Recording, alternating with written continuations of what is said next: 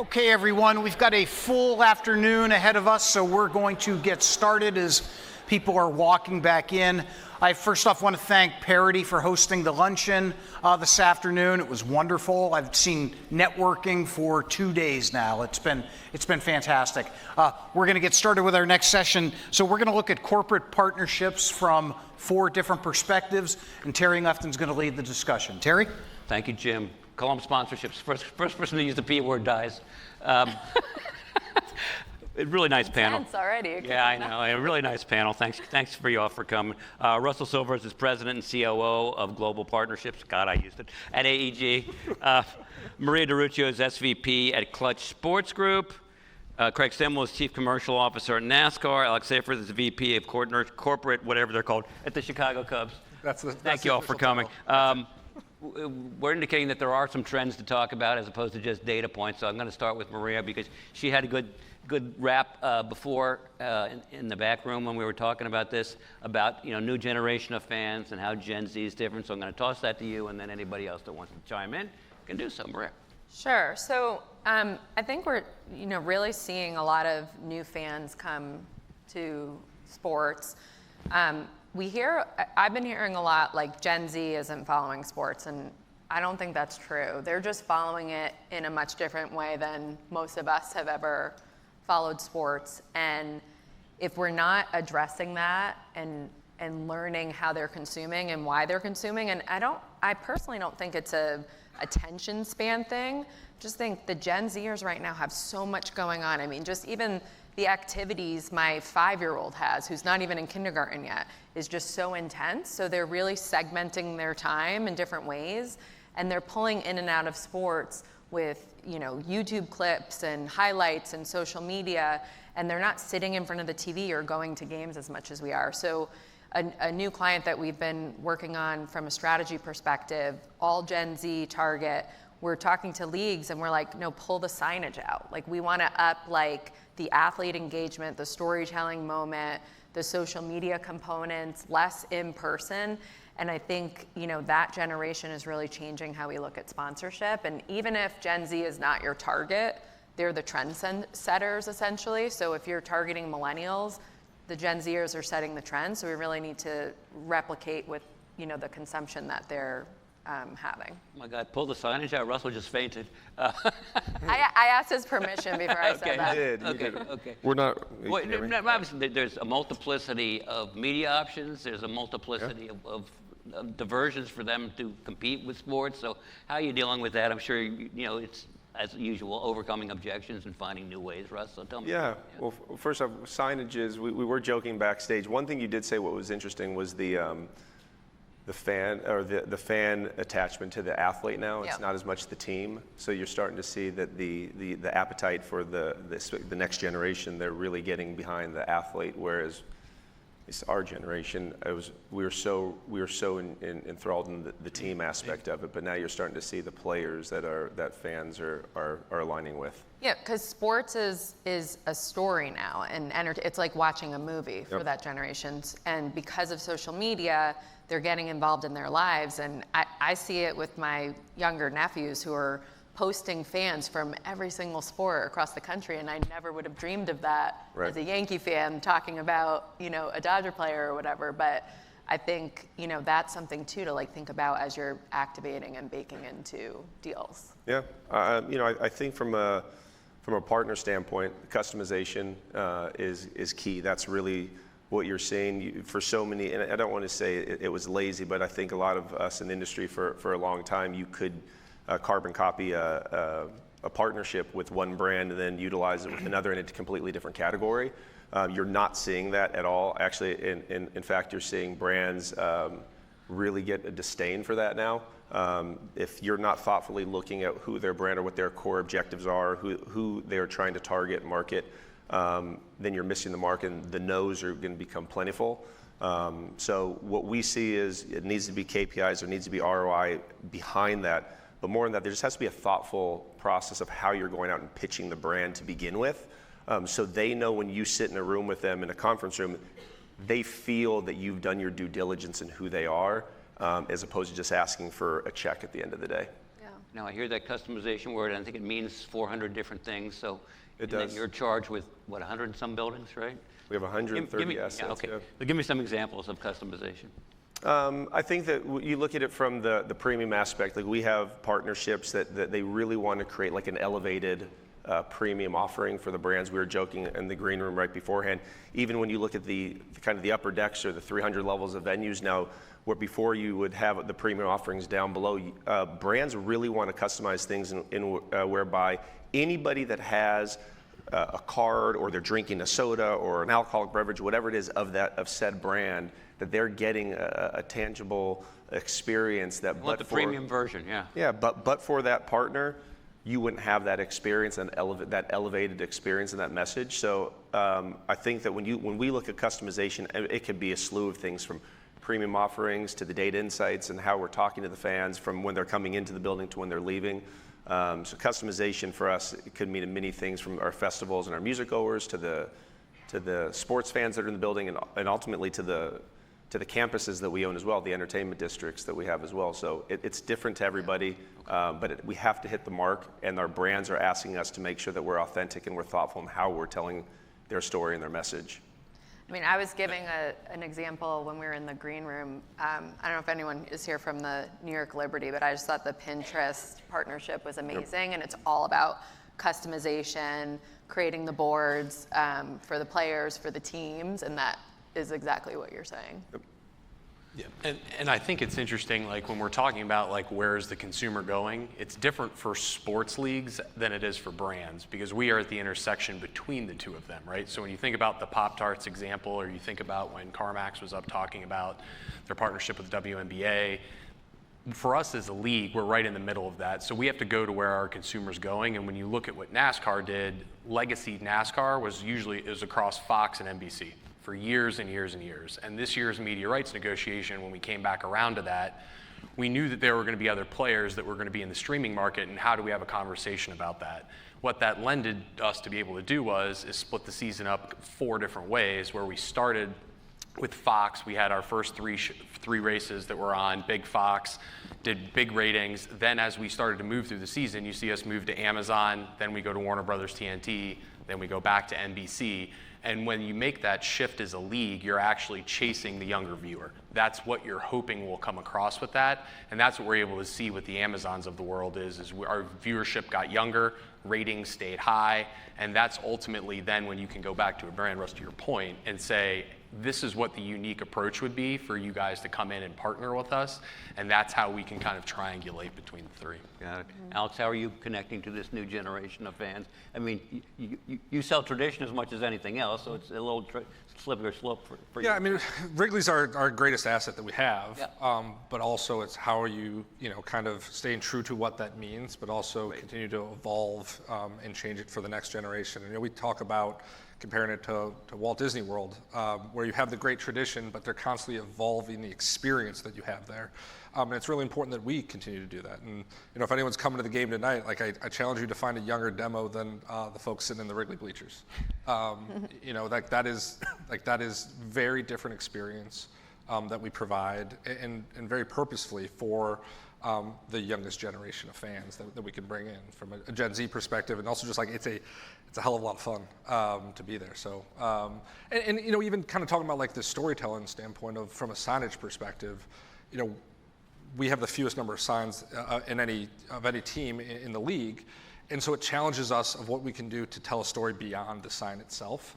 And what we're doing using Wrigley as a sales center for a B2B partner, or leveraging new spaces that we can find in every little nook and cranny, because we have the smallest real estate of any team as well. So it's our greatest asset, but also forces us to think a little differently about partnerships. You have the least amount of space to put signs. Correct. So I will now allow you to plug your Yeti deal. Since you were carrying a Yeti did, on yes. the way, Yeah, you still got it. of course, Okay. of It is a nice deal. The Yeti deal we're really proud of. It was because it was finding space within the ballpark. We built a premium experience. It's an elevated bleacher experience that probably for folks like on the panel, where you're no longer 25 and fighting for your general admission seat in the ballpark, but you want to still have that same thing. And Yeti was the perfect brand to kind of come in. We created this backyard experience where you can have a cooler full of beer, have a private space, but still sit in the middle of the Wrigley bleachers. So you'll see it in center field in the batter's eye.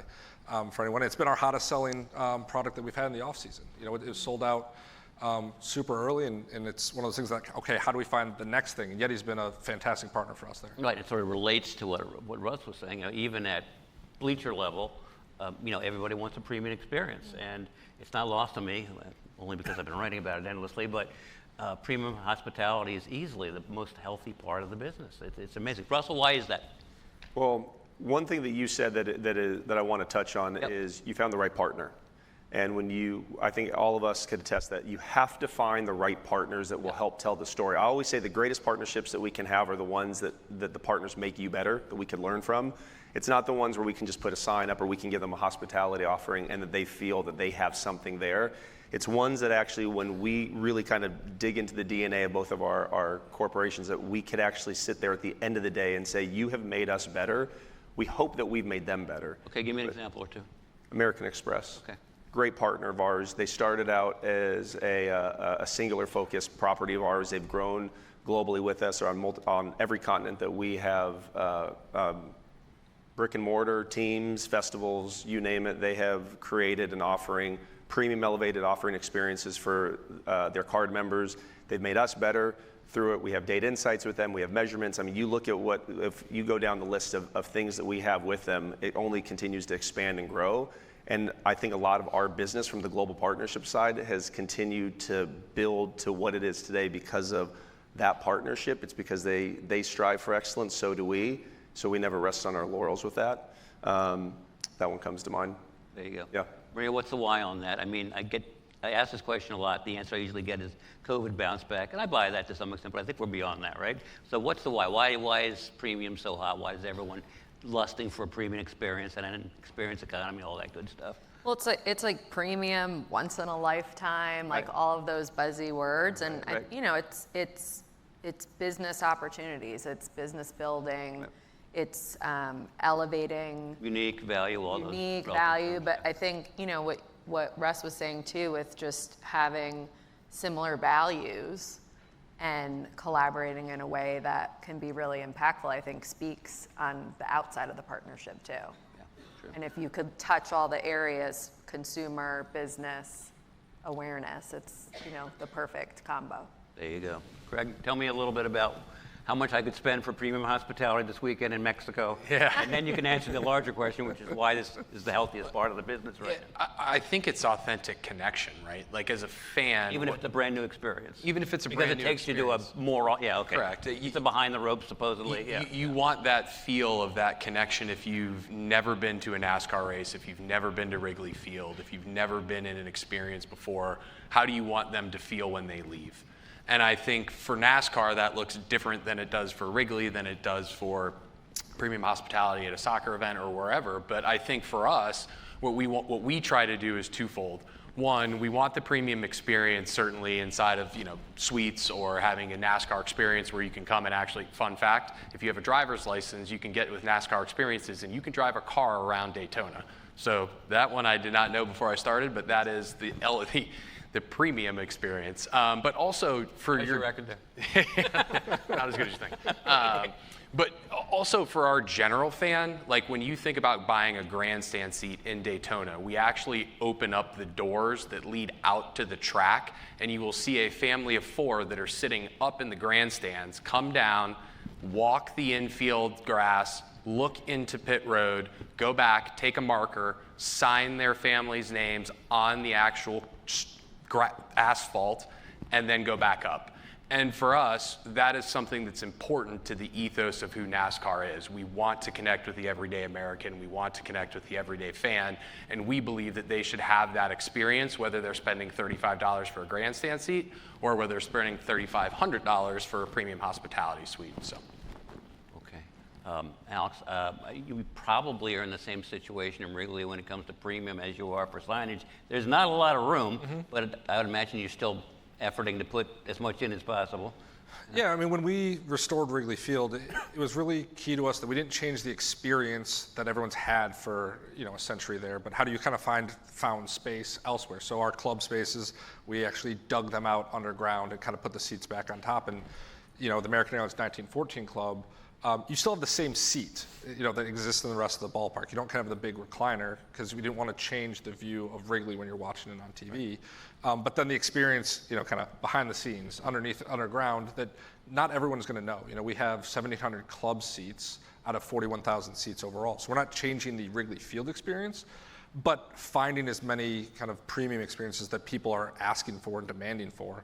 And that's where, the Eddie Yard came from, in kind of found space within the Wrigley bleachers, not taking away from anything else and just kind of adding in amenities. It's really, really important that we don't take anything away from, fans that have experienced the ballpark. It's adding new. Right. But yeah, we could always use more. I'm assuming demand for and I'm assuming demand at the top end is every property I talk to says, we can't make enough of it. We sell it almost as before we manufacture because people hear about it and they get inbound. The same wewith you? Yeah, demand's we're really not abating is what we're really fortunate from a demand standpoint, but you don't want to also tip too far and kind of offering, more than the demand has. You only want that. Premium, yeah. Yeah, so the clubs that we have and things that we've done, Maker's Mark Barrel Room, we got the James Hardy Catalina Club up in the upper deck. Like, they're really fantastic spaces, and we're just trying to then kind of how do you tweak and kind of continually improve versus changing it altogether.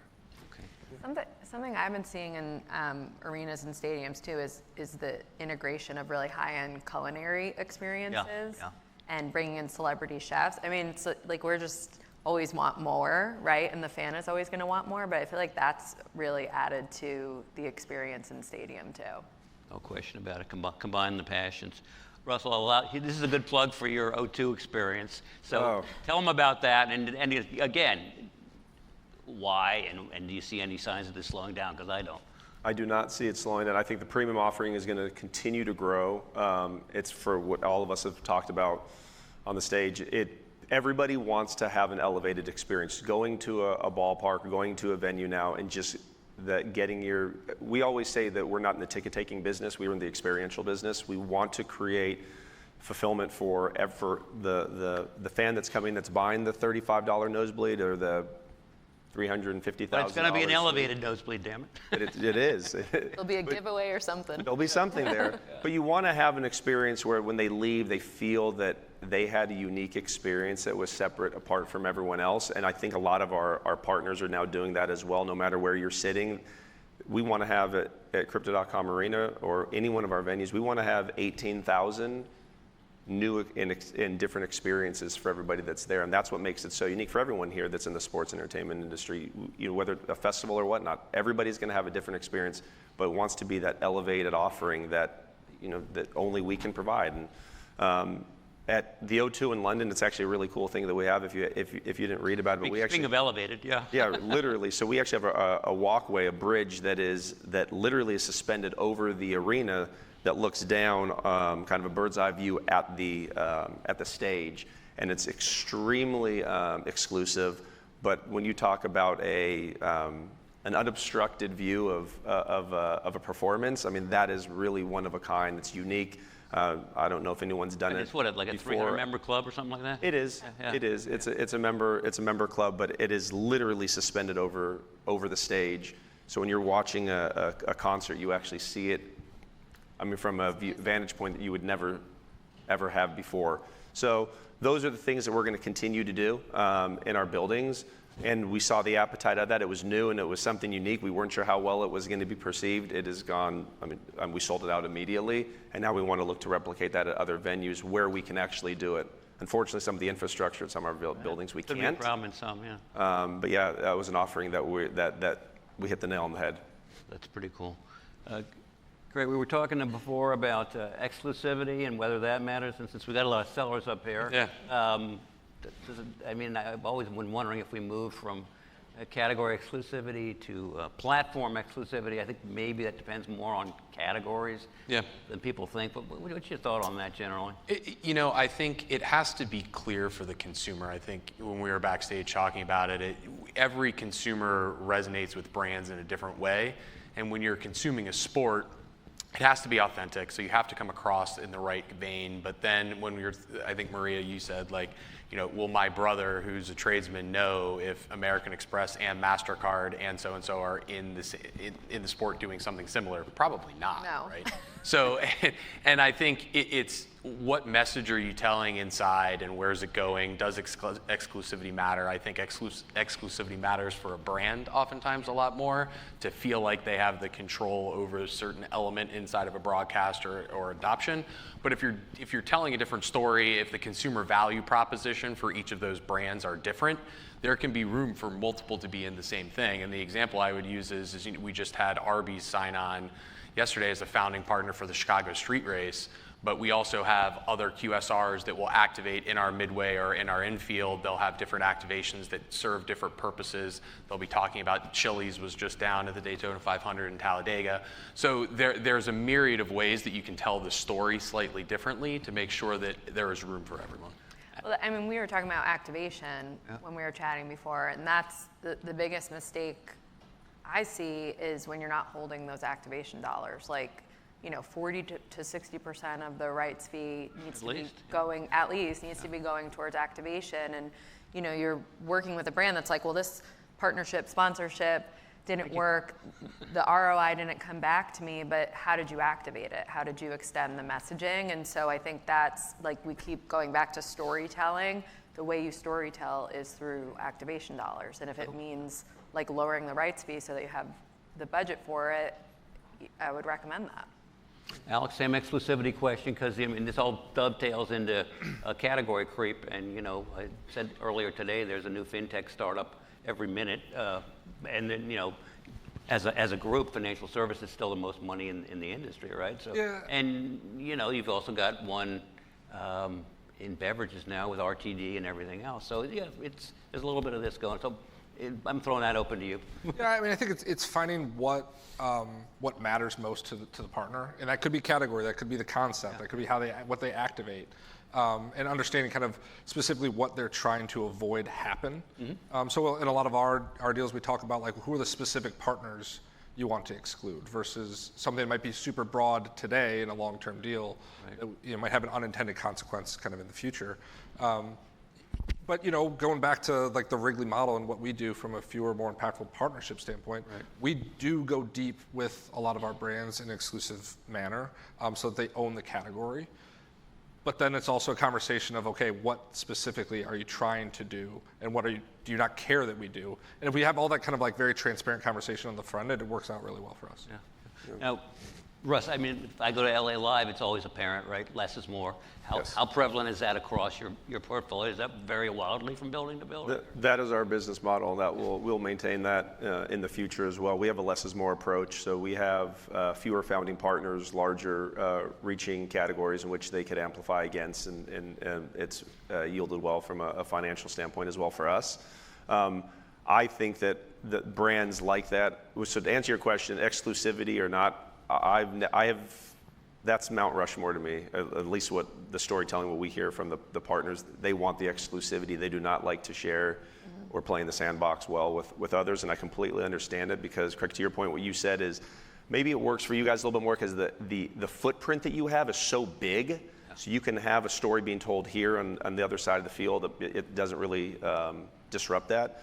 But inside the arenas and soccer fields, soccer stadiums that we own, it doesn't work well when customers are walking into a building. They want to know and be told a story from a brand and not be told a different story from a competing brand in another entry point. So for us, exclusivity will continue to maintain a very high integrity for the brands, and they continue to tell us that. But we have a less is more approach, and we will continue to do that because it also provides the consumer to not get confused as to what the experiences are that they're getting once in the building. Yeah. And that's very, very important for the brands to know that when they leave, and I'm repeating myself, that elevated experience is because of said partner.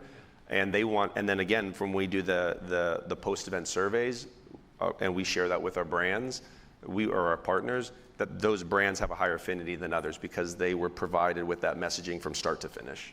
And I mean, I know Terry hates this word, but it allows for a true partnership when you're like exclusive. I hate it because it doesn't happen. You got to talk to us more often. Okay. But it allows for just like a much better relationship when you know like you're all in with that brand and the experience you're providing, and just a better experience kind of for everyone. And I think to your point, like our footprint at 36 races across the entire country, you might have, so if you just pick on QSR or whoever, certain QSRs don't run in different cities. Right. So I think, Alex, it's back to your point of like, what is important to the partner? How can you tell your story in the most authentic way to the consumer base? And what does that look like? That becomes paramount. And then you build from the outside in on that. You start and you say, okay, what's important? And then how do we actually hone that in, whether that's building a new activation, whether that's building something out in the midway or whatever it is. And then there's also when you look at it, when you have the exclusivity and the storytelling, even on the back end in the negotiations and whatnot, you want to tell, at least we want to tell the brand yes, right? We want to tell them that they can activate in a unique manner and amplify it as great as they can. And when you start having these speed bumps and you have landmines along the way because you can't do it because of that brand, or there's a category that's been pulled here and there, you start diminishing the value, and it becomes very nuanced in a way in which that it's hard for them to tell the story the way they want to, and then that's when you see the value of the partnership start scaling back because they don't feel that they're getting the return that they invested in to begin with. Right. Now, underlying all this, I hope, is some kind of ROI engagement. Yep. So, and again, this may vary wildly by sponsor. And what are they looking for? What are the most key metrics? Because they've been talking about. My grandfather had an ad agency. He was talking about ROI. He didn't call it ROI. Yeah. He talked about John Wanamaker, and I don't know which half of my ad budget is wasted. Right. Same thing.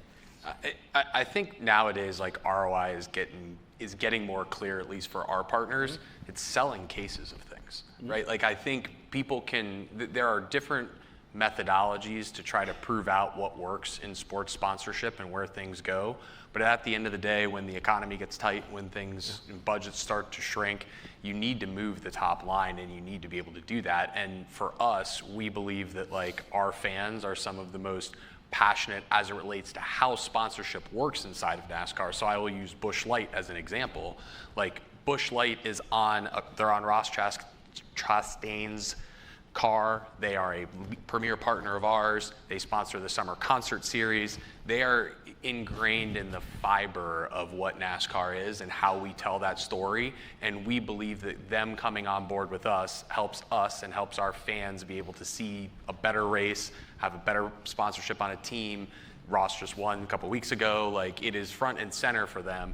And then what that allows them to do is sell cases of beer. And like we're proud of that. We want our partners to be able to look at our sponsorships and say, this is helping us drive our top line, and then come back year after year after year after year.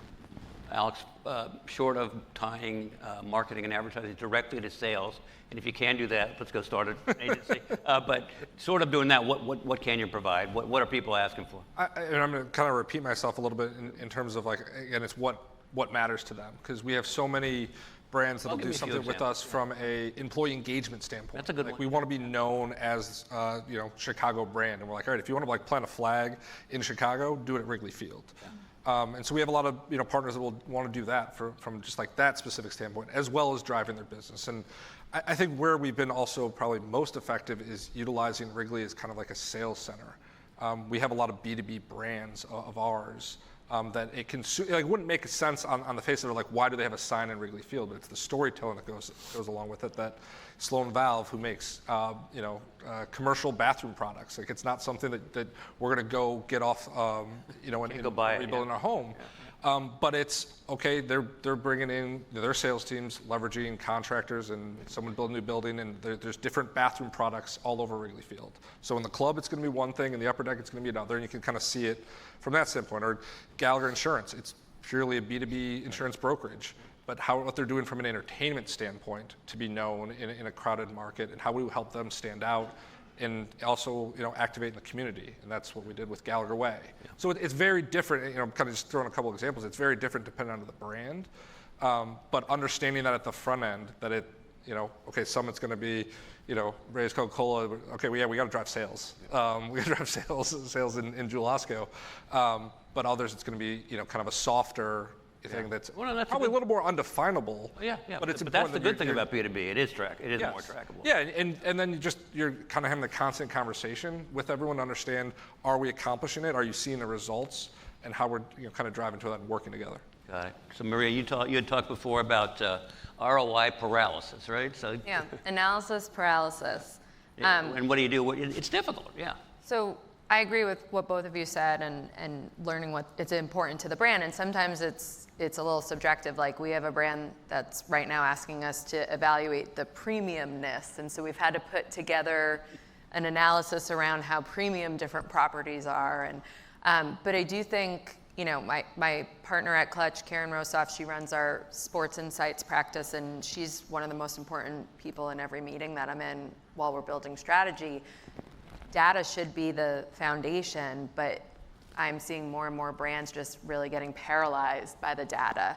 And I think we're also in a tough period right now with tariffs and uncertainties and what's happening in the country and the world. And I think it is holding some brands back. But also what I try to remind people is we're sports marketing experts. You're the brand expert. Like we know what's right in a sense. And I want to motivate them to make decisions in a way that will help drive their brand without being, totally lost in the data. So it's important, it's imperative, no matter, for sure. But I've seen, and I think we all agreed, like we've been seeing a couple brands really slowing down their path because of ROI. Russ, what kind of impact have you seen from, I don't know, even know what to call this economy? Tariff economy, that's a good show, right? Yeah. Brands are slower to say yes. They are.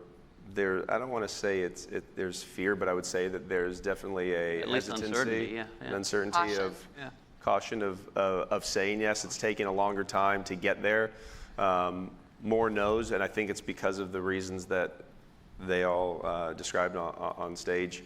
I think it continues to be, if we are not creating unique and bespoke opportunities for brands, that they can really see the needle shift in a way in which more cases are sold, or there's added ROI because of this partnership. You just have to be more unique and strategic in how you're doing it. There you go. And results take time. Yeah. That's the other part of it. Yeah. You have to be patient, especially with newer partnerships. I think brands they're so smart in it. They're much smarter, so they could sift through what will work for them and what is kind of carbon copied for them or another said brand that it doesn't really move the needle. So continue pushing the strategy and the innovation, and there's deals out there to be made, but it's just there's just caution in the wind still. And there's so many options now. We were talking about developing leagues, and there's just so many places to spend your money just in sports alone, not even thinking about music and fashion and television. And to consume. Yeah. So many options. Another seller. What do you think of the wait and see economy? What's your sales chart look like compared to a year ago? Listen, I go back to like when I started my career as at Procter & Gamble on the brand side. And I remember like the trepidation, because ultimately you're accountable to your GM or your CMO on results. And Alex, to your point, like it varies on what the KPI is, but ultimately it's moving that business in the right direction and going. So I fully understand it. I think it's now on a seller or a league or a property to prove in your value and to have some sort of test and learn method where you're not asking brands for a significant reach and to put themselves on a limb, their brand on a limb, their job on a limb, and to say, hey, here is where I think the inroad is with a league like NASCAR. Here's how I think a test and learn plan looks like for you to come in and prove out over time what sustained value looks like. And then you do want fewer, better, and bigger partners, but you have to realize you have to start somewhere with those. You can't start all the way on 3 commas and saying, hey, give me all the money.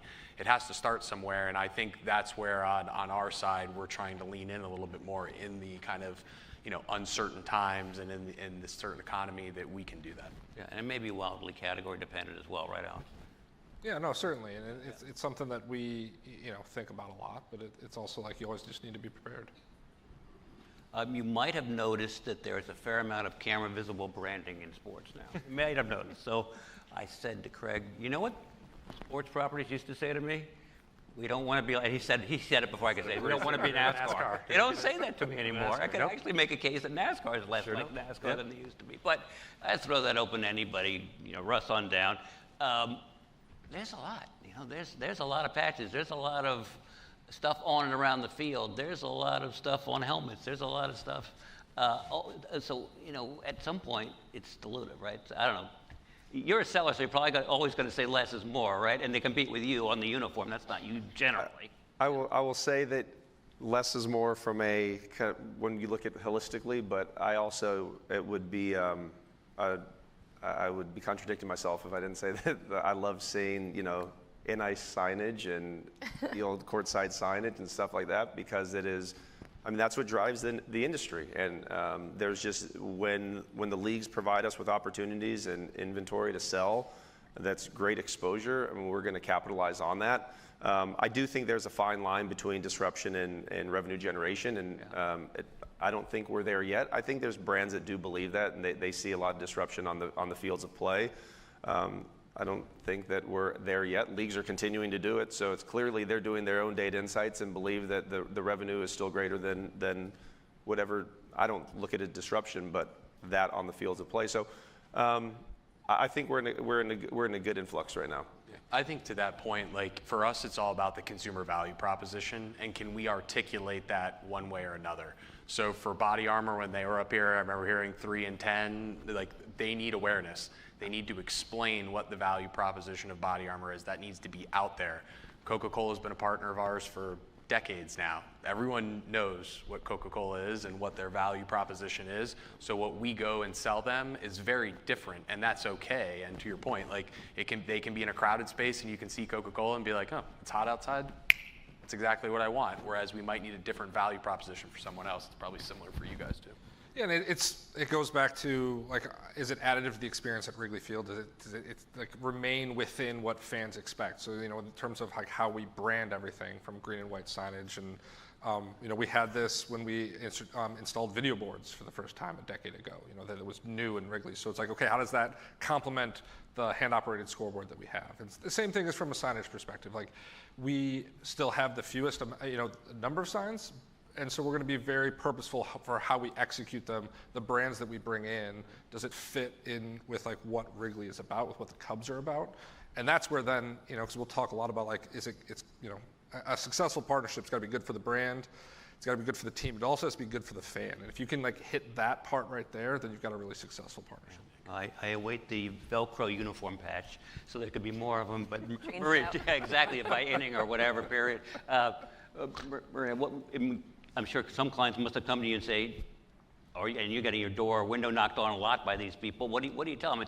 It's almost exclusively for challenger brands, I think, these days, right? So in terms of a uniform patch, what do you tell them? I mean, the uniform patch is great. Signage, it's always going to be a mainstay, but it's like what's happening outside of that. Like it's such an awareness driver, and like marketers like me, we're always saying like, where's the white space? Where's the white space? You hear it all the time, and so it is important for us to find like how you could stand out. But it's on all of us to find those right moments. But obviously, like having branding right here while you're watching an NBA game is hugely beneficial and driving awareness. But like you need to talk about it and tell that story around it. Okay, we're almost done. Russ on down. I asked this to every panel so far. 2 big events coming up. Which one do you think has the bigger impact on the American consumer, World Cup or Olympics? I'm going to say both because we're hosting both. They're selling Olympic sponsorships, sort of. We are, but LA is going to be an amazing place. 26 with the 26, 27, 28 with the World Cup, the Super Bowl, and the Olympics. So we're going to be the host hotel for all 3. So thanks for. God, I cheated up, damn it. Yep. I'm going to pick one because that's what you want. Okay. World Cup, there's just so much excitement around that sport right now. Right. The diversity, the younger generation, I think there's going to be a lot of buzz. Great. Yeah, I think World Cup will be a big one for, especially being in the States for the first time in a while.